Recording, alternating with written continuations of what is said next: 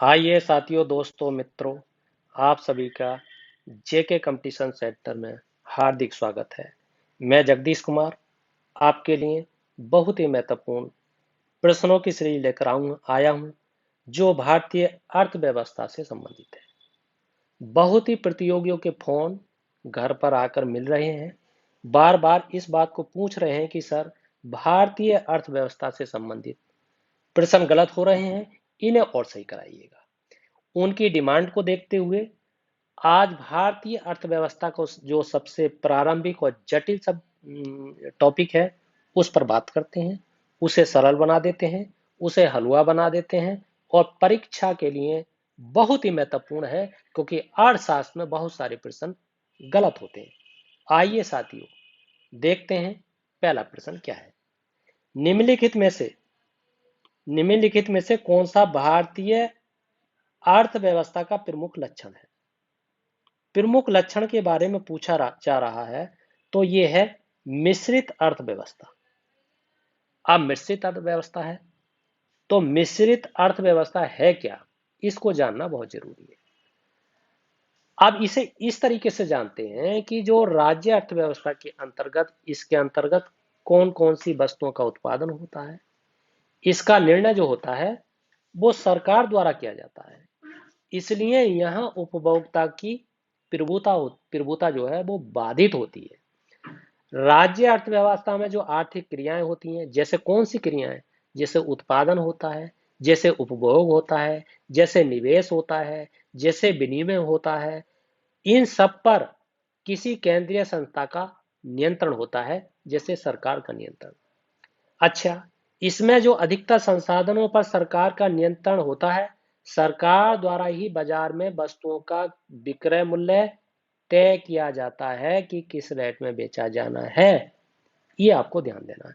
अच्छा, चलो यहाँ पे ये क्लियर करते हैं कि मिश्रित अर्थव्यवस्था है, मगर पूंजी वाली अर्थव्यवस्था क्या है? पूंजीवादी, इसको जानना बहुत जरूरी है। पूंजीवादी जो अर्थव्यवस्था होती है, इसके अंतर्गत उत्पादन उपभोक्ता की पसंद के अनुसार किया जाता है। यानी उपभोक्ता जो पसंद करेगा उसका उत्पादन किया जाएगा। इसलिए यहाँ उपभोक्ता का प्रभुत्व होता है, यानी उपभोक्ता मालिक होता है। इसलिए अधिकतर संसाधन जो होते हैं उस पर निजी क्षेत्रों का नियंत्रण होता है। वस्तुओं और सेवाओं की कीमत बाजार जो होती है वो मांग और पूर्ति के द्वारा निर्धारित की जाती है। ये आपको ध्यान देना है। ये पूंजीवादी अर्थव्यवस्था है। अच्छा, एक होती है आपकी, ये समाजवादी अर्थव्यवस्था बताई थी मैंने। मिश्रित अर्थव्यवस्था और क्या होती है? मिश्रित मतलब ये जो मैं पहले आपको बता रहा था ये समाजवादी थी, अब मैं आपको मिश्रित बताता हूँ। मिश्रित अर्थव्यवस्था जो होती है इसके अंतर जो आर्थिक निर्णय होते हैं, जैसे सामाजिक कल्याण और अधिकतम लाभ, सामाजिक कल्याण और अधिकतम लाभ दोनों के उद्देश्य को ध्यान में रखकर किए जाते हैं। अधिक जो आर्थिक क्रियाएं होती हैं, निजी और सार्वजनिक जो दोनों क्रियाएं होती हैं वो सक्रिय होती हैं। मिश्रित अर्थव्यवस्था जो है वो उपभोक्ता का प्रभुत्व होता है, परंतु सार्वजनिक जो वितरण प्रणाली होती है वो सरकार आवश्यक वस्तुओं की आपूर्ति उपभोक्ताओं को सुनिश्चित कराती है। ये आपको ध्यान देना है। इसमें क्या होता है, मिश्रित अर्थव्यवस्था में संसाधनों पर जनता एवं सरकार दोनों का नियंत्रण होता है। वस्तुएं एवं सेवाओं की कीमत बाजार द्वारा निर्धारित की जाती है, परंतु सरकार आवश्यक वस्तुओं की कीमत नियंत्रित कर सकती है, नियमित कर सकती है, कंट्रोल कर सकती है, उन्हें बस में कर सकती है। ये आपको ध्यान देना है। आप ये तीनों अलग अलग ध्यान रखिएगा। आइए आगे देखते हैं। भारत में नियोजित अर्थव्यवस्था आधारित है। नियोजित अर्थव्यवस्था किस पर आधारित है, ये आपको ध्यान देना है। अभी ही आपको बताया, इसका सही उत्तर है आपका मिश्रित अर्थव्यवस्था, क्योंकि मैं आपको मिश्रित अर्थव्यवस्था में बता चुका हूं अभी पीछे वाले में कि मिश्रित जो अर्थव्यवस्था होती है उसमें उपभोक्ता स्वामी होता है, उपभोक्ता का प्रभुत्व होता है, परंतु सार्वजनिक जो वितरण प्रणाली होती है वो सरकार द्वारा जो है, सरकार आवश्यकताओं पूर्ति की जो मतलब सरकार द्वारा जो होती है वो आवश्यक वस्तुओं की आपूर्ति उपभोक्ताओं को सुनिश्चित कराती है। ये आपको ध्यान देना। आइए आगे देखते हैं। देश की वृद्धि में निम्न में से कौन सा अनार्थिक तत्व है? सामाजिक व्यवहार से कोई लेना देना नहीं है। श्रम और शक्ति ये भी है आपका, प्राकृतिक संसाधन भी हैं आपके, पूंजी संसाधन भी हैं आपके, सामाजिक व्यवहार नहीं है, ये आपको ध्यान देना है। अगला है आपका, भारत में बेरोजगारी से संबंधित मुद्दों का अध्ययन किया जाता है। बेरोजगारी से संबंधित मुद्दों का अध्ययन किया जाता है, किसके अंतर्गत किया जाता है? ये आपका किया जाता है समष्टि स्तर पर। अच्छा, समष्टि और व्यष्टि है क्या? एक समष्टि है, एक व्यष्टि है। तो इसको जानना बहुत जरूरी है, क्योंकि जब तक समष्टि और व्यष्टि को आप नहीं जानेंगे तब तक इसके मर्म को समझना बिल्कुल अधूरा है। तो सबसे पहले तो आप व्यष्टि, व्यष्टि माने होता है एक तरीके से व्यक्ति, व्यष्टि को समझ लीजिए कि व्यष्टि क्या है। व्यष्टि अर्थशास्त्र की सबसे छोटी इकाई होती है। जैसे एक व्यक्ति, लिखने में टाइम खर्च होता है मगर फिर भी लिखता हूं, एक व्यक्ति। और क्या हो सकता है? एक उपभोक्ता, जहां एक आ जाए, एक उपभोक्ता, एक फर्म, एक फर्म यानी एक कंपनी, ये सब क्या है? व्यष्टि है। और क्या होता है? व्यष्टि जो है, अर्थशास्त्र की एक मान्यता है कि जब हम किसी बाजार विशेष में कीमत निर्धारण का अध्ययन करते हैं, उसका मूल्यांकन करते हैं, उसका अवलोकन करते हैं, तब ये मानते हैं कि सामान्य कीमत स्तर जो है वो स्थिर हो गई है, मतलब कंट्रोल हो गई है। व्यष्टि अर्थशास्त्र के जो मुख्य घटक हैं वो क्या क्या हो सकते हैं? उपभोक्ता व्यवहार का सिद्धांत, उत्पादक व्यवहार का सिद्धांत, कीमत का सिद्धांत। मतलब आपको क्या ध्यान रखना है?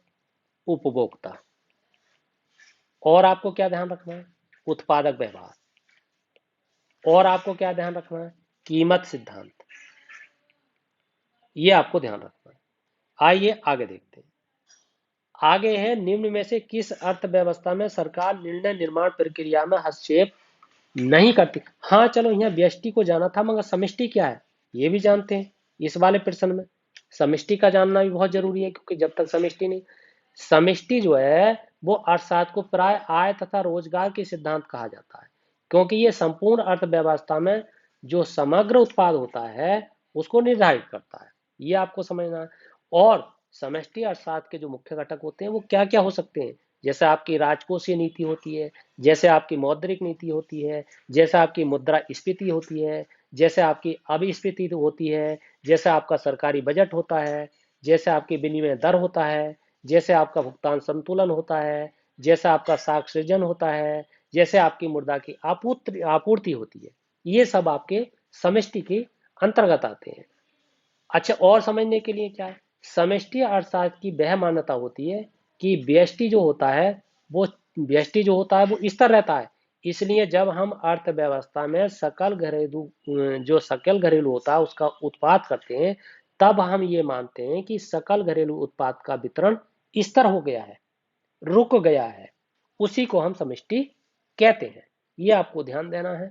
इस तरीके के प्रश्न कई बार आपसे पूछे जाएंगे कि निम्नलिखित में से समष्टि का कौन उदाहरण है। आपको दे देगा वो, जैसे संतुलित उत्पाद, जैसे रोजगार उत्पाद, जैसे राजकोषीय नीति, जैसे मुद्रा नीति, जैसे आपकी मुद्रास्फीति। इनमें से कौन सा है और कौन सा नहीं, तो आपको छांट लेना है, क्योंकि जो भी समष्टि के कारक हैं वो ये मैंने आपको बता दिए। उधर आपको दे देगा कौन सा व्यष्टि के मुख्य घटक हैं, आपको देगा उपभोक्ता बाजार, आपको देगा उत्पादक बाजार, आपको देगा कीमत सिद्धांत, आपको एक अलग दे देगा सरकारी बजट। तो सरकारी बजट आपका समष्टि अर्थशास्त्र का हो गया, बाकी आप व्यष्टि अर्थशास्त्र के हो गए। इस तरीके से आपको ध्यान देना है।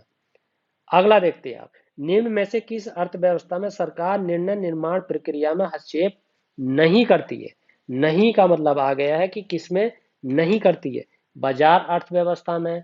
तो आपके, ये बाजार अर्थव्यवस्था ही है, क्योंकि बाजार अर्थव्यवस्था का जो दूसरा नाम है, मैं अभी आपको पीछे बता चुका हूं कि बाजार अर्थव्यवस्था हम किसे कहते हैं? कौन सी पूंजी अर्थव्यवस्था को कहते हैं? इसे ही हम जो है समाजवादी अर्थव्यवस्था कहते हैं। कौन सी कहते हैं? समाजवादी। ये आपको ध्यान देना है। समाजवादी अर्थव्यवस्था कहते हैं इसको। और क्या?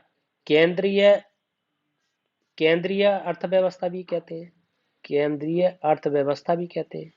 ये आपको ध्यान देना है। और आपको इसे केंद्रीय नियोजित अर्थव्यवस्था भी कह सकते हैं।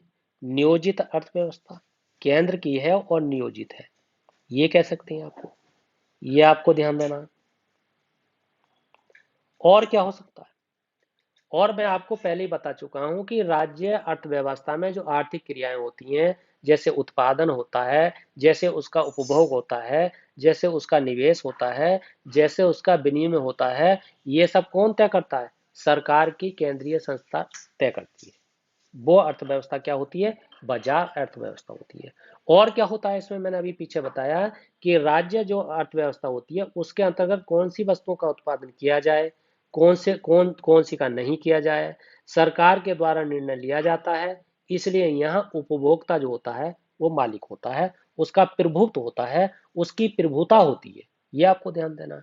मैंने पीछे बताया और अभी आपको कि इसमें समाजवादी जो अर्थव्यवस्था होती है, इसमें अधिकतर संसाधन जो होते हैं उस पर सरकार का नियंत्रण होता है, सरकार उसमें मालिक होती है, सरकार का स्वामित्व होता है, सरकार द्वारा ही जो बाजार होती है उसमें वस्तुओं का विक्रय विक्रय मूल्य जो होता है वो निर्धारित किया जाता है, तय किया जाता है, निश्चित किया जाता है, एकदम से उसका मूल्यांकन किया जाता है। ये मैं आपको बता चुका हूँ।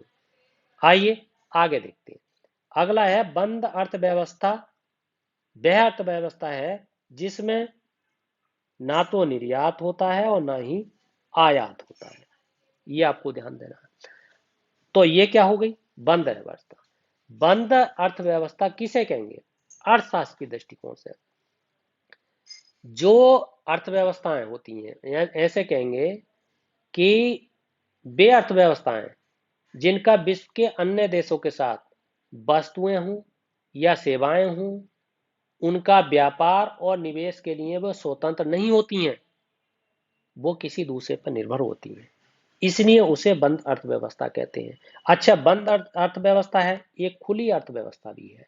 तो खुली अर्थव्यवस्था क्या होती है? खुली अर्थव्यवस्थाएं वे अर्थव्यवस्थाएं होती हैं जो विश्व के अन्य देशों के साथ साथ वस्तुएं एवं सेवाओं के जो व्यापार होता है, जो निवेश होता है, उनके लिए वो स्वयं स्वतंत्र होती हैं। वर्तमान में विश्व की लगभग सभी जो अर्थव्यवस्थाएं हैं वो आपकी खुली अर्थव्यवस्थाएं हैं। ये आपको ध्यान देना है। इस तरीके के जो कंसेप्ट हैं वो आपको क्लियर रखने हैं। मैं एक बात और बता देता हूं कि जो मिश्रित अर्थव्यवस्था होती है उसकी विशेषताएं कौन कौन सी होती हैं। उसकी जो विशेषताएं होती हैं वो सार्वजनिक और निजी क्षेत्र का सह असी तत्व होता है, आर्थिक नियोजन होता है, उसमें सरकार की नियामक के रूप में भूमिका होती है और व्यक्तिगत स्वतंत्रता होती है। ये आपको ध्यान देना है। ये आपको पूरी तरीके से याद रखना है, क्योंकि जो भी प्रश्न ज्यादातर पूछे जाएंगे वो आपके मिश्रित अर्थव्यवस्था से संबंधित पूछे जाएंगे। वैसे कई कई प्रकार की व्यवस्थाएं होती हैं, जैसे कृषक अर्थव्यवस्था है, औद्योगिक अर्थव्यवस्था है, सेवा अर्थव्यवस्था है, आपकी खुली अर्थव्यवस्था है, आपकी बंद अर्थव्यवस्था है, आपकी योजनाबद्ध अर्थव्यवस्था है, आपकी गैर योजनाबद्ध अर्थव्यवस्था है। इस तरीके के एक आपका प्रश्न होता है चक्रीय अर्थव्यवस्था, एक होता है आश्रित अर्थव्यवस्था। अच्छा, आश्रित अर्थव्यवस्था कौन सी है? कई बार इससे प्रश्न पूछा गया। वे अर्थव्यवस्थाएं, अर्थशास्त्र की भाषा में आपको सरल तरीके से समझना है कि वे अर्थव्यवस्थाएं जो अपनी आवश्यकताओं की पूर्ति के लिए दूसरी अर्थव्यवस्थाओं पर निर्भर होती हैं, उन्हें आश्रित अर्थव्यवस्था कहा जाता है। इन अर्थव्यवस्थाओं के पास पूंजी होती है, संसाधन होते हैं, इनका अभाव जो है पाया जाता है, मतलब ये होते हैं मगर इनका अभाव होता है, बहुत कम मात्रा में होती है। इन अर्थव्यवस्थाओं में सामान्यतः उत्पादन की उन्नत तकनीकी का अभाव होता है, उन्नत टेक्नोलॉजी नहीं होती है। ये आपको ध्यान देना है।